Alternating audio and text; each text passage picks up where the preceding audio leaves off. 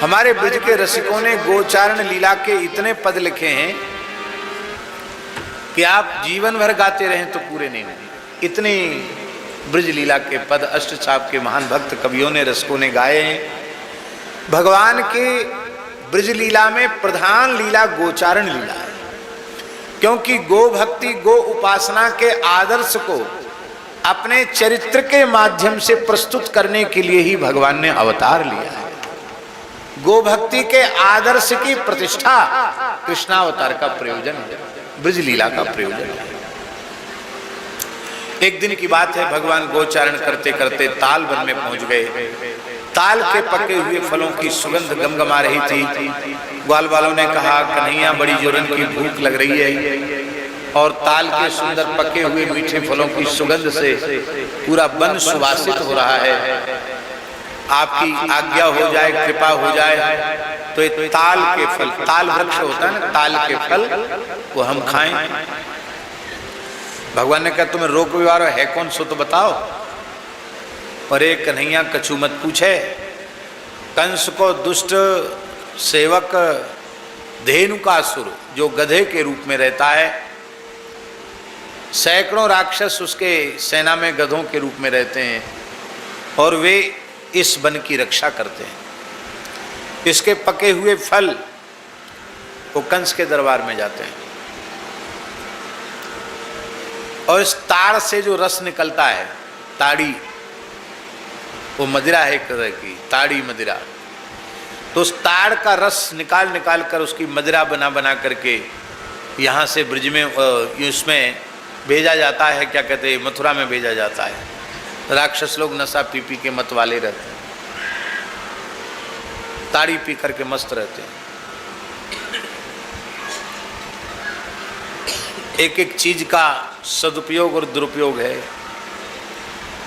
इसी ताड़ के रस से मिश्री बनाई जाती है। क्या बनाई जाती है?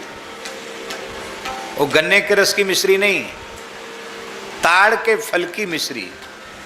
हम आपको दिखाते हैं, खिला तो नहीं सकते इतने लोगों को, लेकिन ये देखो, ये गन्ने की मिश्री नहीं है, ये ताड़ के रस की मिश्री है। ये विशेष लाभकारी होती है।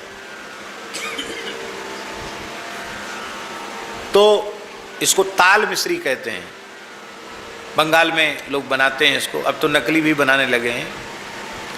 ताल का गुड़ भी होता है और उसी रस से मदिरा भी बना लेते हैं।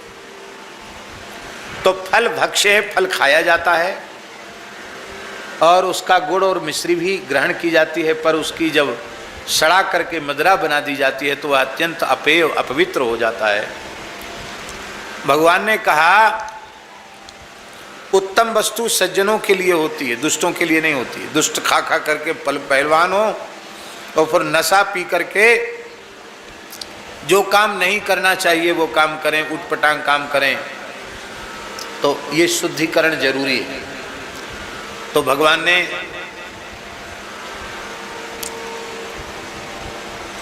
एक ताड़ के वृक्ष में अपने बाएं पैर की एड़ी से ठोकर लगाई। भगवान तो भगवान है, सर्वशक्तिमान है। उनके पैर की ठोकर से वह ताड़ तो गिर ही गया, उस ताड़ के संपर्क में जितने ताड़ आए तमाम वृक्ष ताड़ के धड़ाम धड़ाम गिर गए। जंगल कांप सा गया, तमाम ताड़ के वृक्ष पके हुए फल गिर गए। तो खूब खाओ प्रेम से। अब तो धेनुकासुर रेंकता हुआ अपने राक्षस गधों की सेना के सहित आया। भगवान श्री कृष्ण किनारे हो गए। दाऊ जी से कहा, इसकी खबर लो। बलदेव जी से कहा, इसको मारो।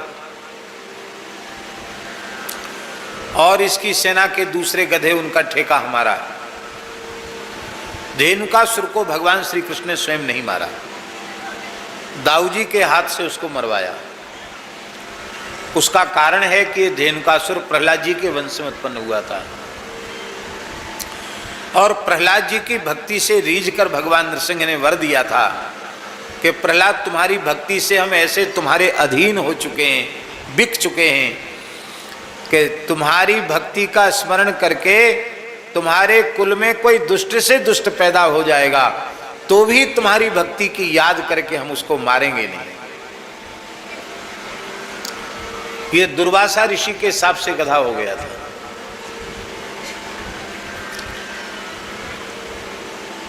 स्वर्ग को जाती हुई अप्सरा का इसने बलात्कार किया था, बलात्कार किया था। दुर्वासा जी वहीं तप कर रहे थे। उन्होंने कहा, रे दुष्ट, तू इतना निर्लज्ज है, जा गधे की योनि को प्राप्त हो जा। गधा हो गया। आज दाऊजी ने इसके पिछले पैर पकड़े, दुलत्ती मारी दाऊजी को। दुलत्ती मारता गधा पीछे के पैर पकड़े, 100 बार घुमा करके पटका। उसके प्राण पखेरु उड़ गए। धेनुकासुर का उद्धार हो गया। दाऊजी के ऊपर देवताओं ने पुष्पों की वर्षा की और उसकी सेना में जितने असुर थे गर्दभ, उन सबका संहार श्री कृष्ण ने कर दिया। इस प्रकार से उस ताल वन को असुर के आतंक से रहित बना दिया।